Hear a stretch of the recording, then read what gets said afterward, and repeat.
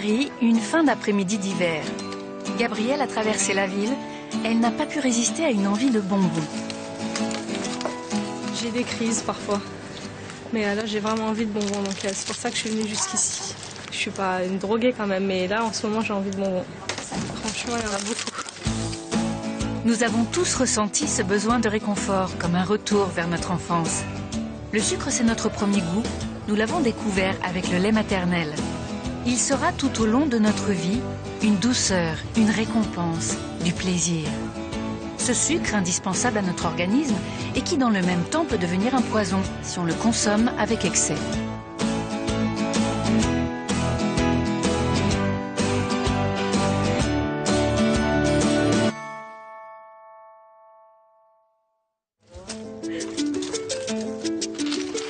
Vendre des bonbons nécessite parfois un certain sens de l'équilibre. Là, je prépare une pièce montée pour un mariage. Les mariés ont 25 et 30 ans. Et vous voyez, c'est pas du tout réservé aux petits. Ils veulent leur pièce montée à eux, comme quand ils étaient petits. En 2009, 163 300 tonnes de bonbons et autres confiseries se sont vendues en France. Des dizaines de millions de kilos de sucre, plus ou moins aromatisés et colorés, à coups de substances venues d'on ne sait où.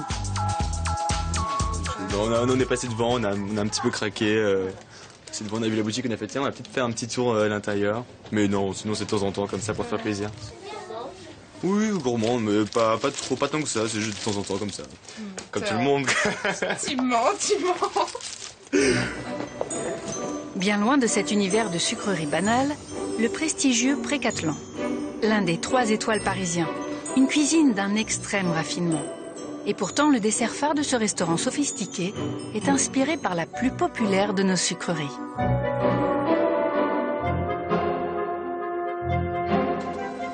a retravaillé la pomme d'amour qu'on trouve sur les foires et qui est complètement immangeable. Et on en a fait un dessert qui est très léger et très agréable.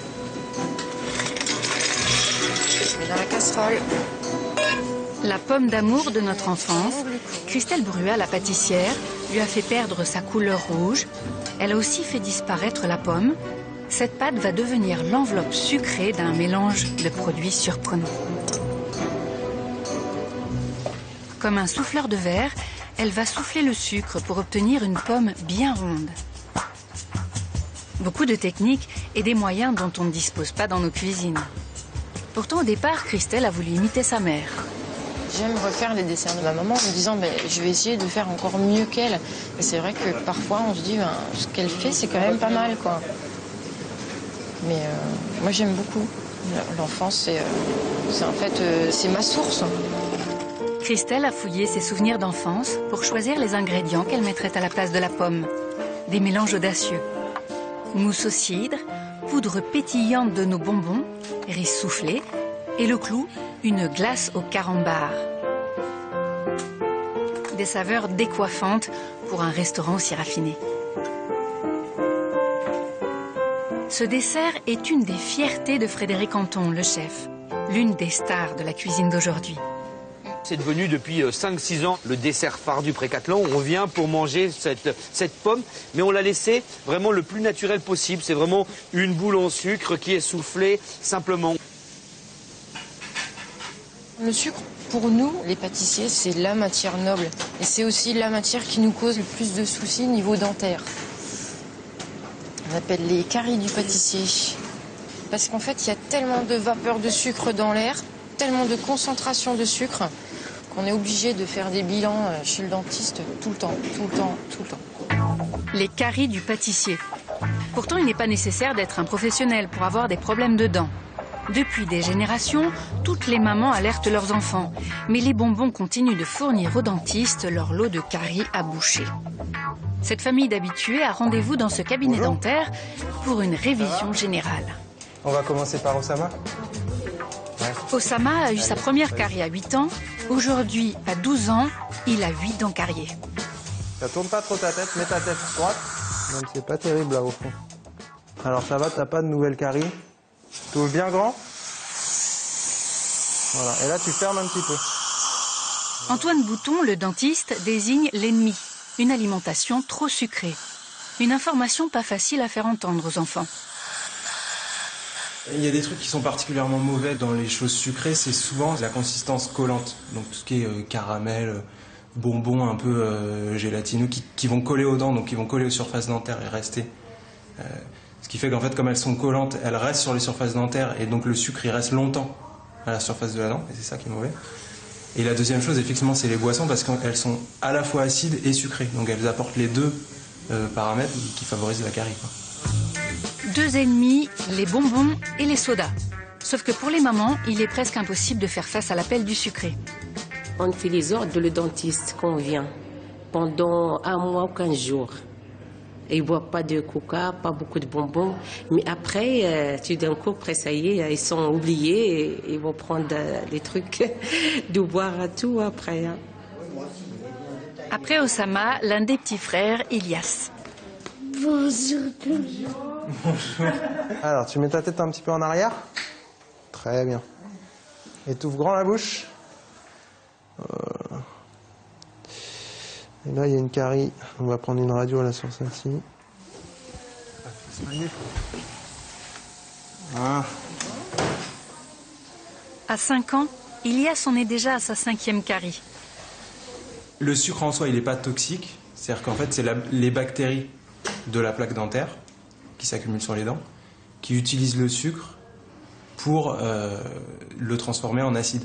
Et c'est l'acide qui déminéralise la dent, qui crée la carie.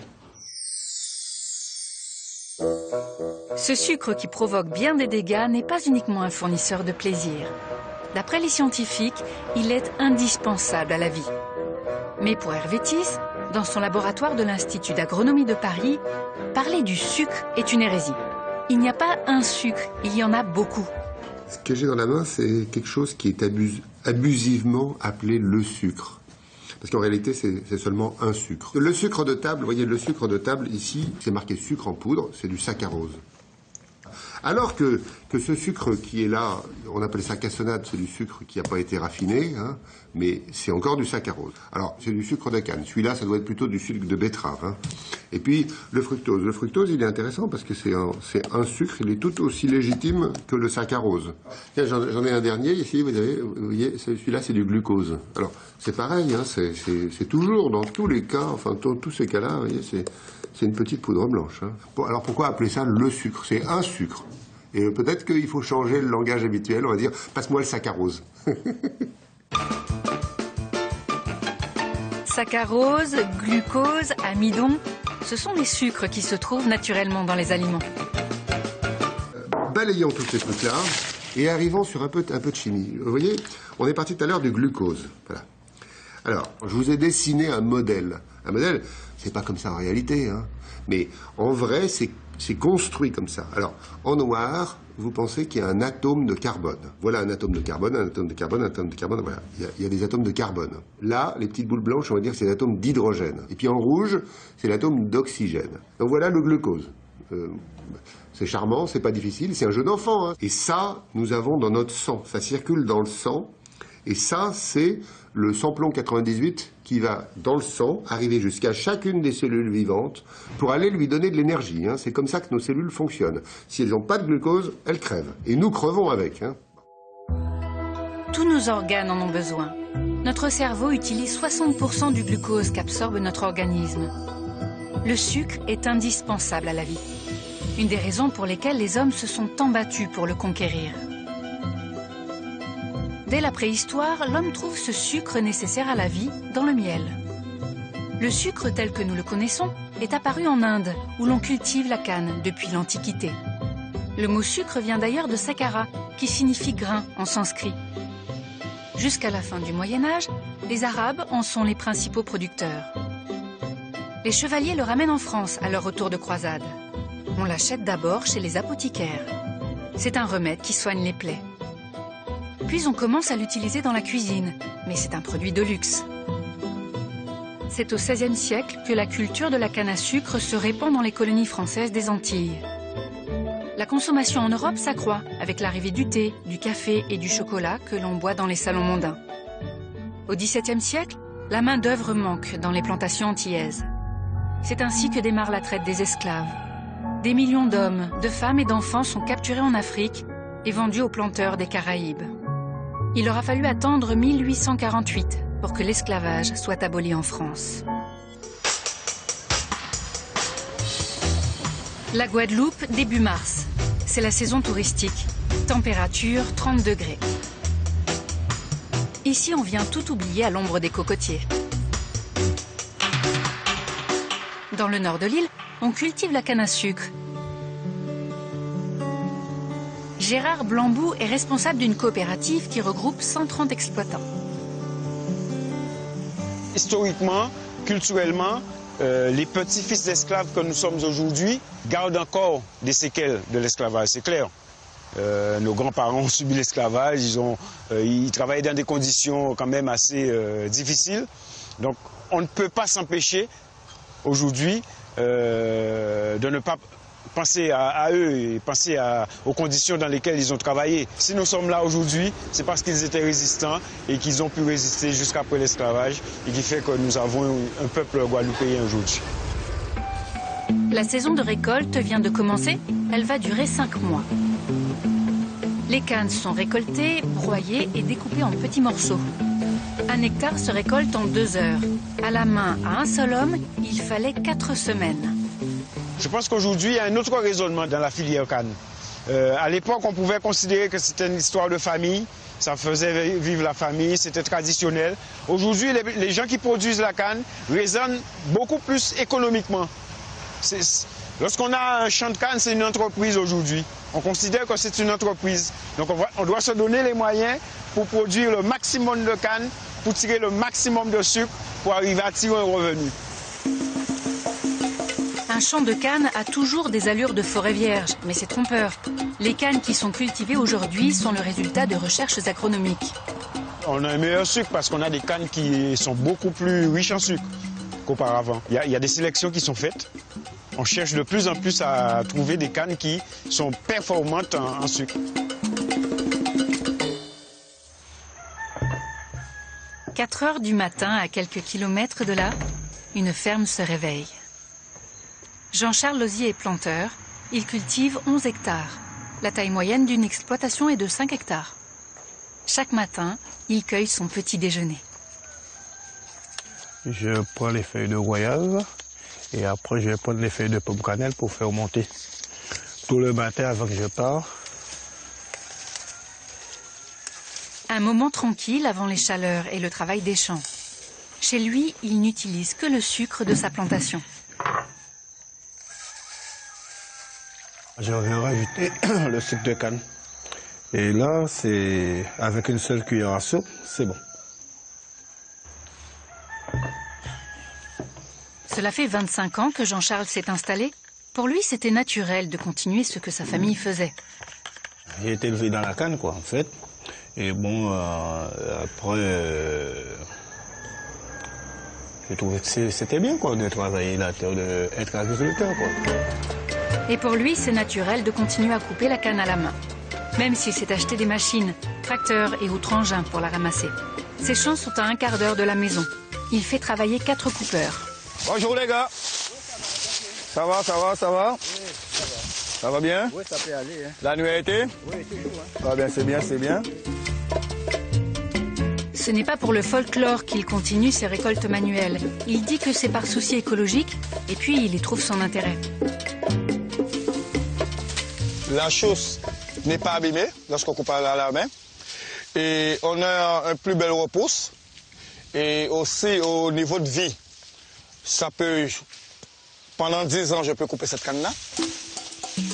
Le travail est rude. Manier toute une journée le coutelas, comme on appelle les machettes ici, nécessite une bonne forme physique. Pour moi, c'est un sport. Hein. Ça fait travailler les muscles. C'est un sport comme tout sport. Comme on dit parfois, c'est un travail qui est très dur. Mais en fait, lorsqu'on a la forme, et puis on travaille, hein. Il n'y a pas de problème. Hein. Ouais. Il dépense beaucoup d'énergie. Mais pour reprendre les forces, il y a des réserves à portée de la bouche.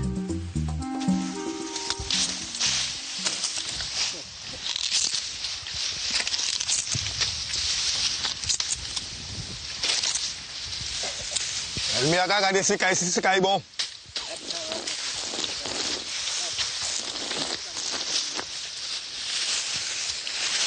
C'est sucré là. Ah ouais. En goûtant une canne, Jean-Charles est capable d'estimer la quantité de sucre que va donner la récolte. C'est comme ça qu'on gagne de la richesse, quoi. Il n'a pas besoin d'analyse de laboratoire pour estimer la teneur en sucre. On appelle cela la richesse.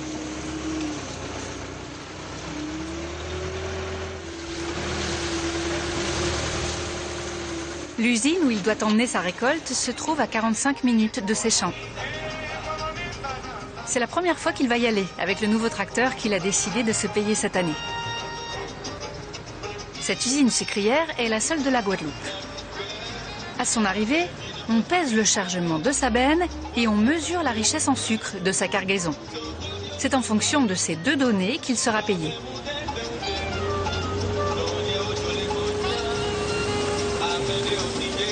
Bon, mon espoir, en fait, c'est d'avoir une bonne richesse. Autant qu'il ne pleut pas. T'es confiant? Jusqu'à maintenant, ça va. Cette usine existe depuis 140 ans. Pendant toute la saison, elle fonctionne nuit et jour. Le processus qui va transformer le jus des cannes à sucre en poudre va prendre 10 heures. Les milliers de tonnes de cannes de toute la Guadeloupe arrivent ici, sont broyées par des rouleaux et transformées en fibres. Éric Bourillon est guadeloupéen. Son père aussi travaillait dans une sucrerie. Il est l'un des responsables de l'usine. Chaque fibre est un petit tube dans lequel il y a du sucre, il y a du jus dedans. Et là, on va enlever le jus qu'il y a dedans. Ce jus va être débarrassé de ses impuretés, puis chauffé jusqu'à devenir un sirop de couleur ambrée. Après l'évaporation de l'essentiel du liquide, cette matière pâteuse va pouvoir être cristallisée. Là, ça sent le sucre roux. C'est vraiment le sucre roux. Ah oui, heureusement. Heureusement que ça sent bon. Ce sucre roux sera consommé tel quel en Guadeloupe. La partie qui est exportée transite par des raffineries en métropole jusqu'à devenir blanche. La canne représente 75% de la production sucrière mondiale. Si elle n'est plus la seule source de sucre, c'est à cause de Napoléon Ier. En 1810, celui-ci, en guerre contre les Anglais, décrète le blocus continental. En bloquant les ports européens, il empêche le débarquement du sucre en provenance des colonies. C'est la pénurie. Benjamin Delessert, le propriétaire d'une raffinerie, réussit à industrialiser l'extraction du sucre de la betterave. Le sucre devient une denrée plus accessible. En moins d'un siècle, son prix va être divisé par 200. La France est aujourd'hui le premier producteur de betteraves sucrières dans le monde. En Normandie, le pays de Caux, au bord de la mer. Ici, on cultive la betterave. À quelques kilomètres du village de Fontaine-le-Dain, de grandes exploitations et une belle usine, la sucrerie.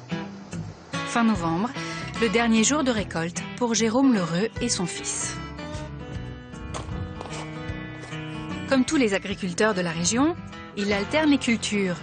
Une année la betterave, puis la pomme de terre et le colza. Mais pour le sucre, il ressent un certain attachement. Le sucre, ça fait partie aussi des choses essentielles de la vie et donc quelque part ça redonne encore plus de noblesse à notre métier d'agriculteur. Ça fait partie de notre métier qui est de nourrir le monde. Jérôme Lheureux est l'un des 26 000 agriculteurs qui cultivent la betterave. Et il s'émerveille à chaque récolte quand il voit les bennes se remplir derrière les tracteurs. Moi, je suis toujours stupéfait par la culture de la betterave parce que je trouve que c'est une plante qui a une croissance, qui a un potentiel énorme quand on pense qu'on sème une petite graine au mois d'avril, toute petite, et que 6 mois après, il y a 85 tonnes à l'hectare de cette plante-là. C'est quand même une plante extraordinaire. Une culture, tout le monde le dit, très rentable. Avec 55 hectares, en seulement 7 mois, Jérôme Lheureux produit 4 950 tonnes de betteraves. C'est dans la racine que le sucre se concentre.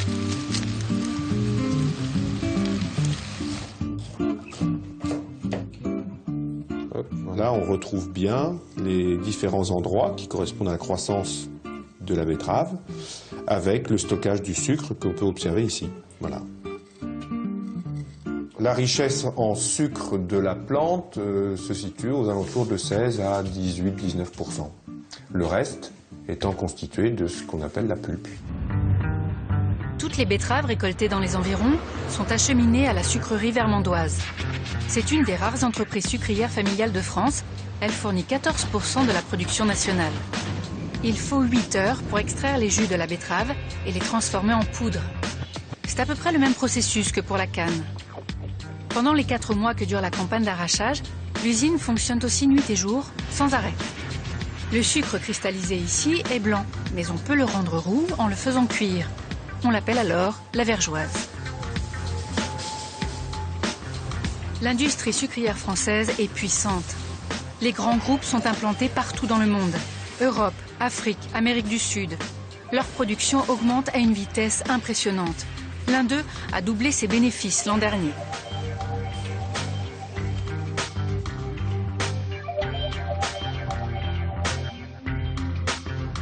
Si le sucre rend heureux les agriculteurs et beaucoup d'industriels, il y a des personnes qui l'inquiètent. Des médecins, des nutritionnistes indépendants qui lancent un cri d'alarme. Il y en a un à Montpellier, à la clinique du Pic Saint-Loup. Pour le docteur Chevalier, beaucoup d'entre nous sont en train de se préparer un avenir compliqué. Celui de droguer au sucre. Il y a une forme de dépendance au sucre pour ceux qui en consomment de façon, je dirais, constante, chronique et excessive. Et dans ces cas-là, qu'est-ce qui se passe? Eh bien, on s'aperçoit qu'il y a une libération de dopamine au niveau du cerveau, c'est un neurotransmetteur, et que finalement, si on arrête brutalement cet apport en sucre, notamment de façon expérimentale chez des animaux comme le rat, on s'aperçoit qu'il y a ce qu'on appelle un syndrome de manque, un syndrome de sevrage qui se met en place, et le rat devient plus angoissé, plus agité, etc. Donc, effectivement, il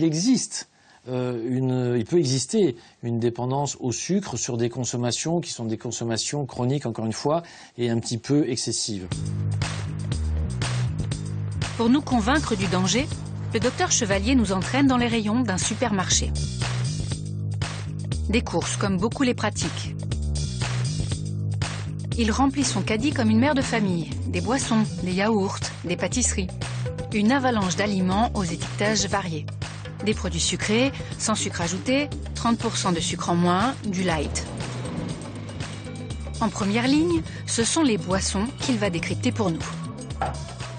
Il y a beaucoup de produits pour lesquels le sucre a été incorporé. Alors à la fois, par exemple, des jus, des nectars, où on voit il y a 11,5 grammes de sucre pour 100 millilitres. Donc un verre moyen, ça fait 200 millilitres. Donc chaque verre de ce produit-là contient 4 morceaux de sucre. Dans un produit de ce type-là, vous avez à peu près un sucre et demi pour 100 millilitres. Donc ça vous fait pour 1 litre 15 sucres. Et pour 2 litres, donc là-dedans, on a l'équivalent de 30 morceaux de sucre. Cette canette, ce sont 5 morceaux d'un sucre que l'on ne peut pas voir. Nous en ingurgitons de plus en plus. Une étude de l'Institut national pour la santé indique que la consommation des sodas et des jus est en constante augmentation chez les jeunes. Nous sommes extrêmement préoccupés que les adolescents, les jeunes adultes, consomment autant de jus industriels, que ce soit des sodas, des jus d'hiver, des thés glacés, etc. Nous sommes extrêmement préoccupés par cette situation et sur l'avenir. Le sucre peut se cacher sous des formes difficiles à déceler, comme les sirops de glucose ou de fructose, qui sont très utilisés. Ce type de sirop, on en trouve de plus en plus dans l'alimentation et il est relativement peu comptabilisé dans la consommation totale de ce qui est pris. Donc on fait une évaluation insuffisante, si vous voulez, de la consommation de ces sucres. Nous voulons contacter les 10 plus importantes entreprises du secteur des boissons et des aliments tout préparés pour savoir comment ce sucre est utilisé et comment il répond aux inquiétudes des professionnels de la santé. Mais joindre les responsables et obtenir leur accord pour venir filmer chez eux relève de l'impossible. Bonjour, est-ce que je pourrais parler à la personne qui s'occupe de la communication, s'il vous plaît? Alors, si vous n'avez pas de nom de contact, il faut envoyer un courrier ou un fax à la société. Franchement, c'est toujours très difficile de la joindre parce qu'elle est très sollicitée et elle préfère déjà traiter les demandes par mail. Impossible d'avoir quelqu'un au téléphone? Du tout, madame. Dites-moi ce qui vous intéresse exactement et on vous répondra ou pas, enfin on vous dira ce qu'il en est. Encore de nombreux appels, des fax et des mails, et les réponses commencent à tomber. Je vais dire non, parce qu'on se positionne pas sur l'univers sucre, on se positionne plus sur l'univers cacao. On est juste un utilisateur parmi tant d'autres du sucre. D'accord. C'est vrai que j'ai pas grand-chose à dire sur le sucre. Bon, en tout cas, c'est clair. Non, ce ne sera pas possible. Pourquoi? Ah mais il n'y a pas de raison en fait. Il ne souhaite pas donner suite sur ce sujet. Ça va pas être simple. Je me préviens tout de suite parce que c'est pas une société qui aime forcément se mettre sous les feux de la rampe. Pas question de nous ouvrir les portes, pas moyen de filmer. Pourtant, ces marques sont prêtes à dépenser beaucoup pour que leur nom apparaisse à la télévision. Mais il y a des réalités dont elles ne préfèrent pas entendre parler.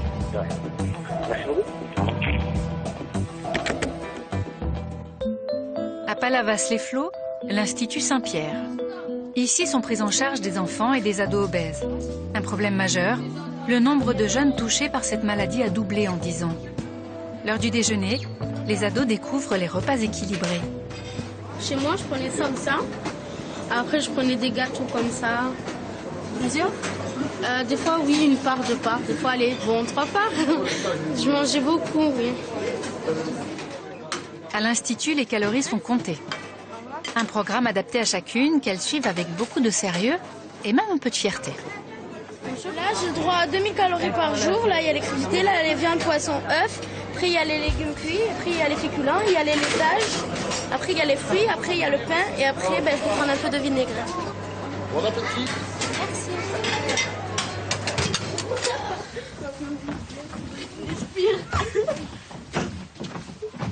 Cet après-midi, activité avec un prof de sport. Alors aujourd'hui, donc on part en balade, chacun va à son rythme, hein, d'accord? Voilà. D'accord. Oui. Allez, c'est parti.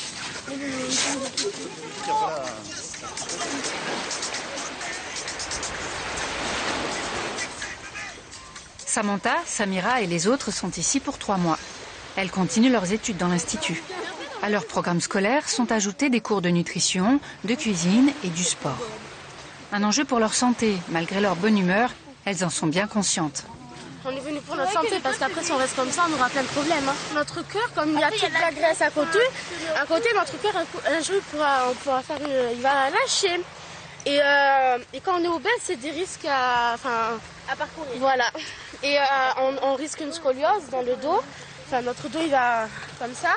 Ouais. Et plein d'autres trucs, même à la face des jambes. Là, regardez, voilà, ces pattes, et en fait, ils font comme ça, nos jambes. Parce qu'on a la graisse sur les cuisses et donc ça déforme les os. Les problèmes orthopédiques, une des nombreuses conséquences d'un trop gros poids. Cette obésité a plusieurs causes, mais le sucre en est pour une bonne partie responsable. 15 heures, basket pour ces ados très motivés qui redécouvrent le goût de l'effort. Ils ont tout doucement commencé à perdre quelques kilos. L'intérieur du cercle. C'est pas grave.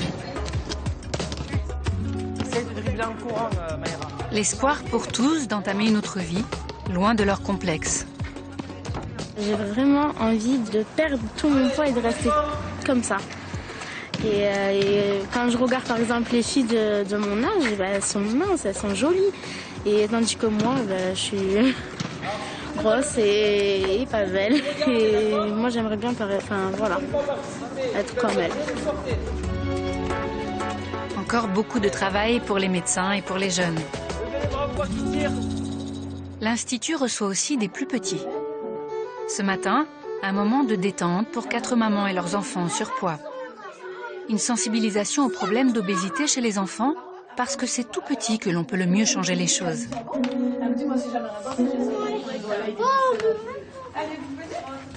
Oui, on vient. L'après-midi, les mamans sont en réunion avec la pédiatre. Les enfants, très décidés, suivent une initiation à la nutrition. Sucre rapide et sucre lent, un cours assez ludique pour se familiariser avec leurs plus doux ennemis. Est-ce que vous savez ce qu'est le sucre? Oui? Qu'est-ce que c'est le sucre? C'est juste un rectangle blanc. Un rectangle blanc. C'est ce sucre-là qui s'appelle saccharose. C'est un tout petit sucre. Hein? Et donc ça veut dire qu'il va être digéré très vite. Quand je vais le manger, il va arriver tout de suite dans mon sang pratiquement. Et donc c'est ce sucre-là qui fait quoi? Qu'est-ce qui fait ce sucre-là? Eh bien ce sucre-là, c'est celui-là qui fait prendre du poids. Non? Cyrian souffre d'obésité depuis l'âge de 2 ans. Il en a 8 et pèse 44 kilos pour 1m30. Il rêve de changer les choses. À l'école, après, je peux plus courir.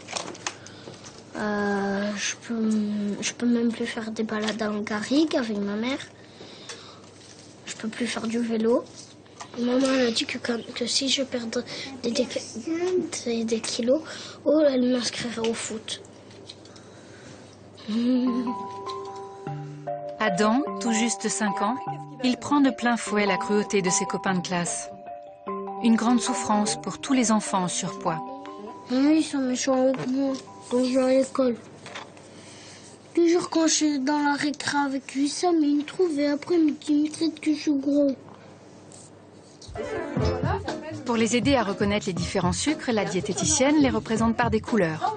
Rose le saccharose, vert le fructose, bleu le lactose, marron pour l'amidon. Le jeu, c'est de découvrir quelle catégorie de sucre ils avalent dans les aliments de leur quotidien. Dans le yaourt, est-ce qu'il y a du sucre? Et de quelle couleur il est ce sucre?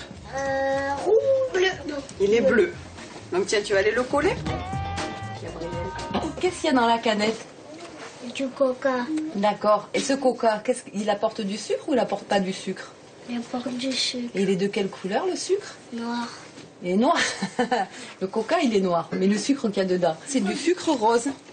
Et c'est ce sucre rose qu'il faut faire attention à ne pas trop consommer. L'obsession des professionnels de santé, ces sodas bourrés de sucre. C'est souvent à cause d'eux que les enfants deviennent addicts.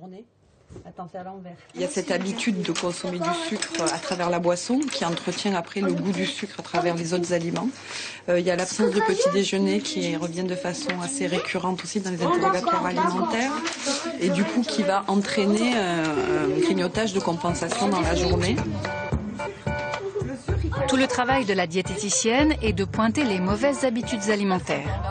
Le manque de sport, grignoter devant la télé, et souvent elle doit ramer à contre-courant parce qu'à la télé, les pubs sont très vite assimilées. Comment on fait un petit déjeuner équilibré par exemple? On prend un jus de fruits. Oui. Ils ont dit qu'il fallait prendre un jus de fruits, un bol de lait et 2 tartines de Nutella. C'est qui a dit ça? À la pub. À la pub? Ah oui, mais alors est-ce qu'il faut écouter la pub? Non, ah non, bon. il faut jamais écouter la télé. Il faut bien savoir ce qu'on regarde à la télévision. J'ai appris quelque chose. T'as appris quoi? Mais qu'il faut pas manger n'importe quel sucre. Ah ben ça c'est bien ça, tiens. C'était le but du jeu. On va retrouver vos mamans. Vous allez se prendre une maman. À leur programme, piscine. Ici, pas de gâteau, pas de soda, de bonbons ni de sucre. Quand on est bien, on met ses bras devant. Voilà. Et puis dans l'eau, on se sent tellement léger. On se sent comment dans l'eau? Comme un poisson. Prendre du poids, c'est aussi s'exposer au danger de développer un diabète précoce. Un taux de sucre trop élevé dans le sang qui peut provoquer des accidents cardiovasculaires, la cécité ou entraîner des amputations. L'hôpital de Saint-Germain-en-Laye, à côté de Paris. Les patients qui viennent à la consultation de diabétologie sont de plus en plus nombreux. En France, en 10 ans, leur nombre a doublé. Ils sont presque 3 millions. Allez, je vous en prie, entrez. Asseyez-vous. La consultation de Marie Laurencio commence systématiquement par le contrôle du poids du patient. Vous allez vous peser. Vous savez comment il faut... Non, ouais, très bien, vous vous en souvenez. Allez-y. Bon, je vais aller noter ça. Alors, pourquoi vous avez pris du poids? Racontez-moi un peu. Il y a eu les fêtes. Et qu'est-ce que vous avez mangé? Pas mal de galettes des rois. C'est gras, hein, ça? Ah, oui. Et puis surtout que ma sœur, elle était Et au c'est Canada. sucré aussi, hein. Il faudrait qu'on fasse attention dès maintenant, hein, parce que c'est maintenant qu'il faut peut-être redescendre un peu, parce que sinon, le diabète ne sera pas équilibré. Il n'y a pas de catastrophe. Même pour le cholestérol, tout ça, ça va. Pourtant, on a dit que ça, Le docteur Ancio surveille le régime alimentaire de ses patients diabétiques ainsi que leurs analyses sanguines. Et qu'est-ce que vous pourriez faire? Mais contrairement aux idées reçues, ce n'est pas le sucre qui provoque le diabète. C'est pas parce qu'on mange du sucre qu'on devient diabétique. C'est peut-être parce qu'on en a mangé trop et qu'on est devenu trop gros, parce que ça a été un facteur aggravant. Mais le sucre lui-même, si vous en mangez, si vous n'avez pas d'histoire familiale de diabète, si vous n'avez pas de surpoids et que vous avez tendance à grignoter un petit peu des sucreries, la première chose que ça va vous donner, c'est des caries. Pas de diabète. Allez-y. Le diabète est dû d'abord à des facteurs génétiques, mais une mauvaise hygiène de vie favorise son apparition. La maladie entraîne un problème d'assimilation du sucre. Il faut immédiatement limiter sévèrement sa consommation. Un drame pour cette Anglaise spécialiste de l'apple pie. Moi, je fais des tartes tout le temps pour les autres. Je peux manger un peu de tarte? Vous mettez du sucre sur vos tartes aux pommes? Bien sûr que oui. Bien sûr que oui, mais vous pourriez ne pas en mettre. Oui, mais personne ne le mange. Il serait possible que vous fassiez la tarte aux pommes sans mettre de sucre dessus tout de suite et que les gens en remettent après. Donc je vous revois dans un mois avec votre carnet. Une fois qu'il y a du diabète, on ne peut pas faire n'importe quoi, n'importe quand. Il faut manger à heure régulière et il ne faut pas manger de sucre en dehors des repas, pas de boisson. Alors oui, ça devient un ennemi à ce moment-là. Mais je crois que c'est un ennemi aussi pour quelqu'un qui n'a pas de diabète, parce que si on en mange trop, l'équilibre alimentaire est rompu et ce n'est pas bon pour la santé d'une façon générale. Donc, dans un mois avec le carnet. Très bien. Les diabétiques suivront toute leur vie un régime sévère. Le sucre sera au centre de leurs préoccupations. À Paris, une petite boutique passerait inaperçue si elle n'était pas rose. Elle propose des pâtisseries pour diabétiques. Des jolis cupcakes, ces petits gâteaux anglo-saxons très à la mode. Ce décor de poupée Barbie a été imaginé par la maîtresse des lieux, Chloé.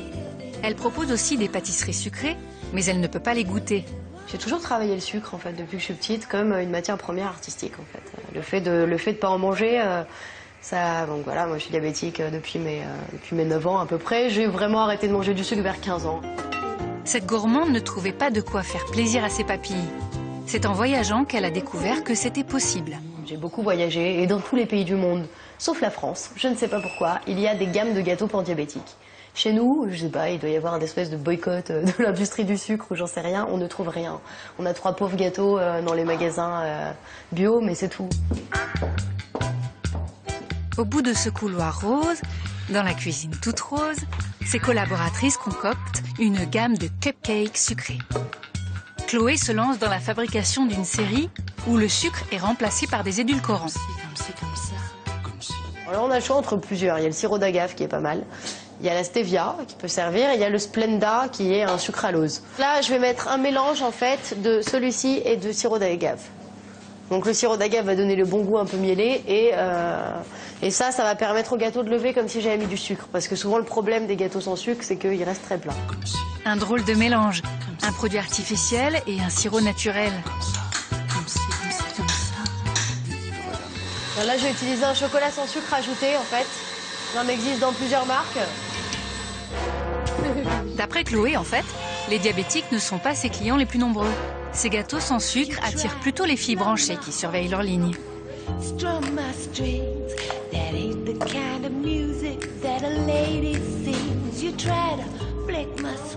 J'ai fait une petite déco sans sucre, donc c'est vrai qu'on peut moins la pousser qu'une déco classique. Mais voilà, avec un peu de chocolat fondu, des petites pistaches qui apportent de la couleur verte et des fleurs en parésime, on arrive à une petite déco pour les cupcakes sans sucre.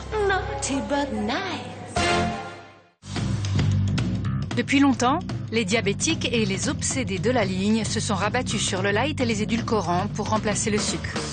Le plus utilisé de ces édulcorants est l'aspartame. Mais si l'on y regarde de près, on a de quoi s'interroger. Alors l'étiquette de présentation est assez étrange.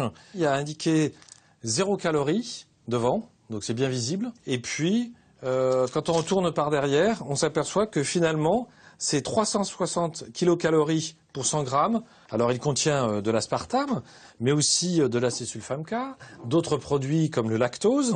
Et on s'aperçoit au final qu'on a quand même dans ce produit-là 80,5% de sucre, de glucides. Des sucrètes, pas vraiment régime. Des promesses non tenues. Pourtant, l'agroalimentaire se proclame maintenant plus informatif, presque transparent. Un réel souci de santé publique ou un argument de vente? Le marketing est extrêmement bien fait.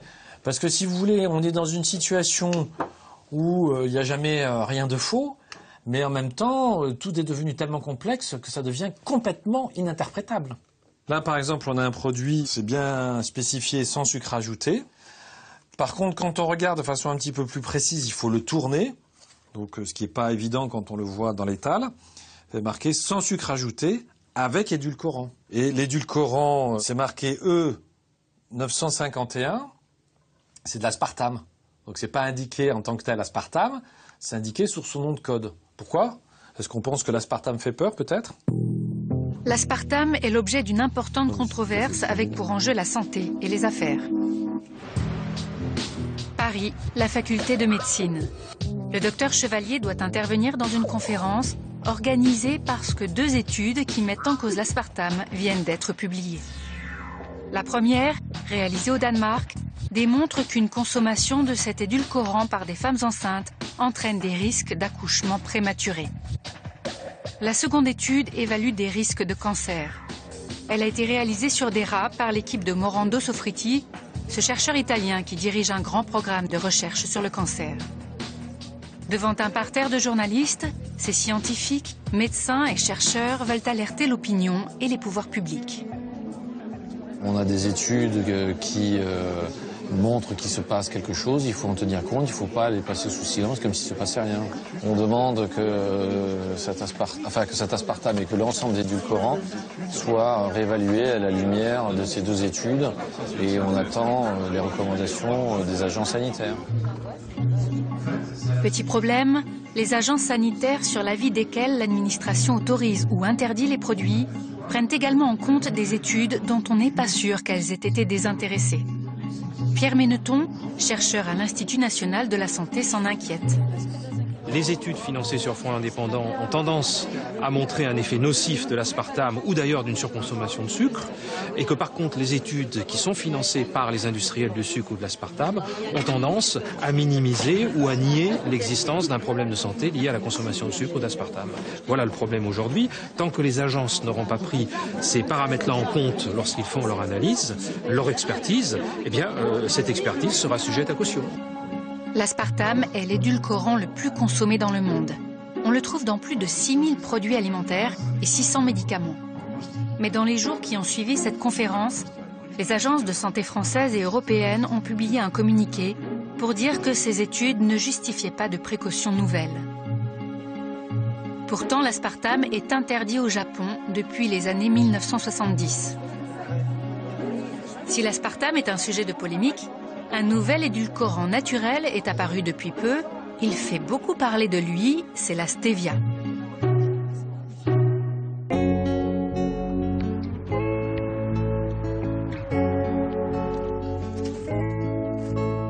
Tout près de Dieppe, Michel Brunet travaille dans sa serre.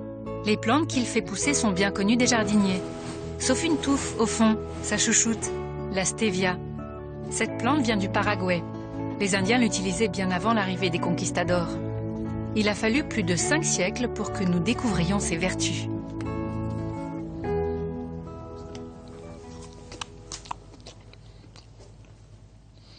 Déjà, elle est complètement naturelle, comme ça. C'est très agréable au goût. On a l'impression de manger une salade sucrée. Donc, le sucre est très présent déjà dans la feuille, avec un arrière-petit goût de réglisse.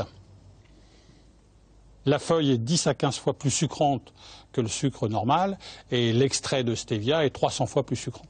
Donc il faut l'utiliser à des doses infinitésimales, notamment pour faire la cuisine. Michel Brunet est un des pionniers en France. Il cultive 4000 plants qui en 15 semaines devraient fournir l'équivalent de 36 tonnes de sucre. Sans doute une bonne alternative pour notre santé. Pour l'instant, aucune étude ne dit le contraire. Les Japonais et les Australiens en sont déjà grands consommateurs. Je trouve ça admirable de pouvoir remplacer le sucre, c'est tellement décrié. Alors c'est peut-être que l'industrie sucrière ne voit pas ça de la même façon, mais il y a un tel pouvoir sucrant que je pense que c'est le produit du XXIe siècle en matière culinaire, à mon avis. Les géants de l'agroalimentaire le pensent également. Ils se sont emparés de la plante miraculeuse. On la trouve dans les supermarchés, depuis les sucrètes jusqu'aux produits light. Ils utilisent 2 arguments de poids, origine naturelle et bon pour la santé. Sauf que dans les sucrètes, on trouve encore une fois beaucoup plus de sucre que de stevia. À Pigalle, bien loin des apprentis sorciers de laboratoire, il existe un paradis pour les plaisirs gourmands. Sa patronne a 72 ans et sa vitalité montre que déguster de bonnes sucreries ne fait de mal à personne. En quelques instants, Denise Acabo vous fait faire le tour de France des gourmandises à l'ancienne. Les voisins, les habitués venus souvent de loin, et des touristes du monde entier se pressent dans sa petite boutique. You take caramel? Oui. Voilà, très très bien. Ça va. Alors ça, tu as pris le, voilà, salt, bébé. Autrement, if you want, tu vois, little, comme ça, you test, one, tu vois. Les 3, voilà. Ça, c'est trop bon. Cookies, caramel de butter, salt et chocolate, les 3. C'est très bon. You try, tu vas voir. In San Francisco, we have a lot of chocolate, but not like this. This is unique. It's wonderful. And she is unique and wonderful. Yeah.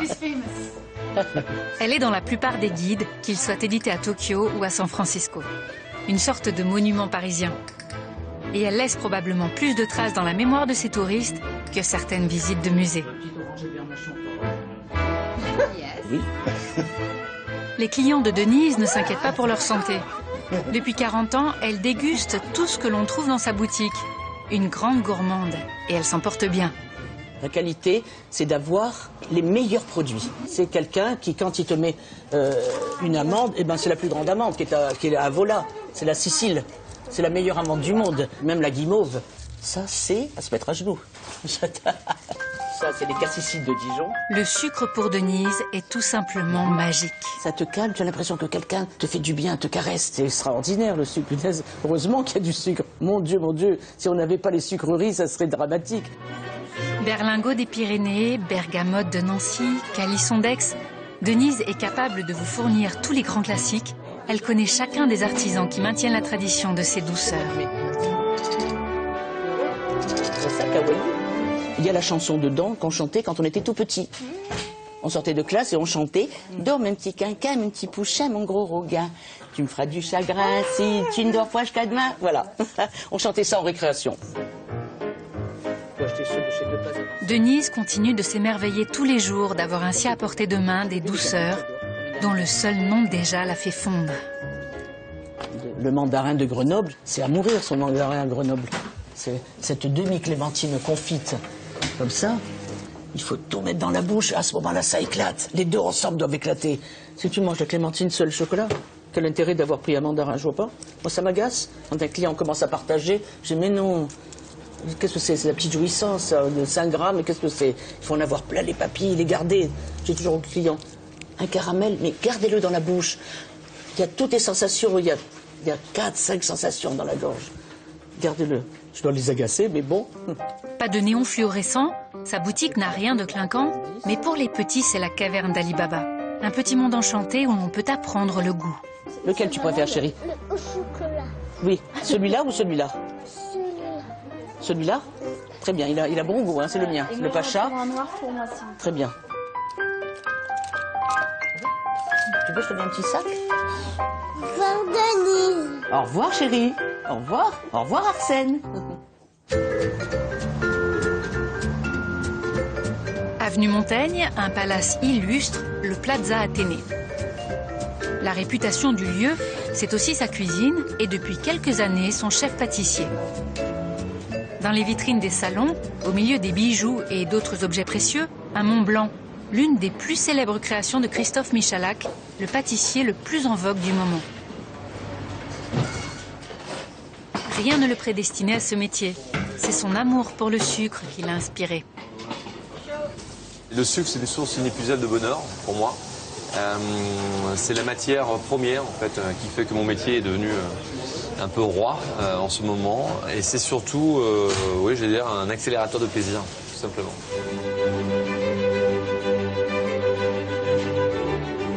Le sucre que l'on ne peut pas voir dans ces gâteaux, mais sans lequel il n'existerait pas.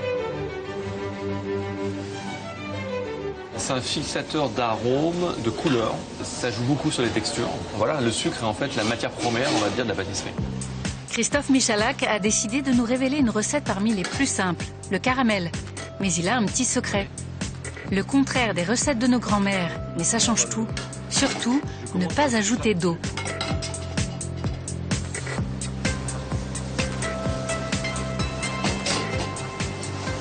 La couleur elle va être très très importante. Un caramel pas assez coloré en fait est trop sucré. Un caramel à l'inverse qui est trop porté en cuisson, trop noir, aura un goût très amer.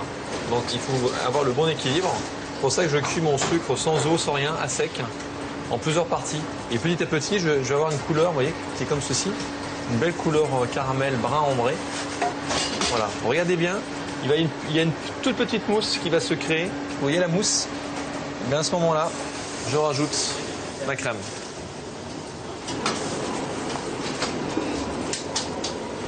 Fantastique hein, quand même, hein. Partir d'un produit tout blanc qui ressemble à rien, regardez ce qu'on peut faire. Comme ceci. Pour avoir une texture bien lisse et onctueuse, il mixe le caramel. C'est parfait lorsqu'on veut faire une sauce caramel sur un dessert ou éventuellement faire une sorte de pâte à tartiner. Voilà. On trempe notre financier dans notre caramel. C'est mortel. D'après lui, le sucre, la pâtisserie, c'est du plaisir, mais peut-être plus encore une manière de prouver son amour. Très jeune, j'ai commencé à faire des gâteaux pour ma maman, pour les gens que j'aimais. Et j'ai découvert que avec un support comme le sucre, j'allais réussir non seulement à me faire plaisir à travers mes créations gustatives, mais aussi à faire plaisir aux autres. Et ça, c'est magique. La magie d'une poudre qui ne ressemble à rien. Ça va? Et qui peut devenir une arme redoutable pour les séducteurs. Une pâte d'amande à la pêche. Quand le client le mange, il me dit « Denise, j'ai pris un orgasme ». Tellement... Tu sais ce que ça veut dire, orgasme? Non, pas du tout. Bah, ça fait rien, c'est pas grave. Comment on dit orgasme en japonais?